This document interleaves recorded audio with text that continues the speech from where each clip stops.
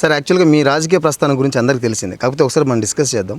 గ్రామ committee member నుంచి మంత్రి దాకా ఎలా ఉంది సార్ ప్రస్థానం? రకరకాల పదవులు అనుభవించారు, సర్పంచ్గా చేశారు, ఎమ్మెల్యే, మంత్రి, కోఆపరేటివ్ బ్యాంక్ చైర్మన్గా కూడా చేశాను, డిసిసిబి. ఎస్. పార్టీలో కూడా నేను మొట్టమొదటగా ఈ మండలం యూత్ ప్రెసిడెంట్గా చేశాను, తెలుగుదేశం పార్టీ యూత్ ప్రెసిడెంట్గా. గండిపేటలో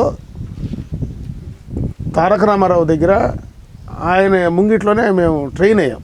ఆ రోజు మాకు ఆయన ఒక పెద్ద ఎదురు బొంగు, అదేవిధంగా ఒక జెండా, ఒక మైకు అవి ఆ రోజు ఇచ్చాడు మాకు. ఆ తర్వాత మండల పార్టీ ప్రెసిడెంట్గా అపోజిషన్ 89 to 94 నేను మండల పార్టీ ప్రెసిడెంట్గా ఇదే మండలానికి పనిచేశాను. ఆ తర్వాత జిల్లా ప్రెసిడెంట్ ఆయన 2004లో జిల్లా ప్రెసిడెంట్ ఆయన 2000లోనే స్టేట్ యూత్ ప్రెసిడెంట్ చేశాను.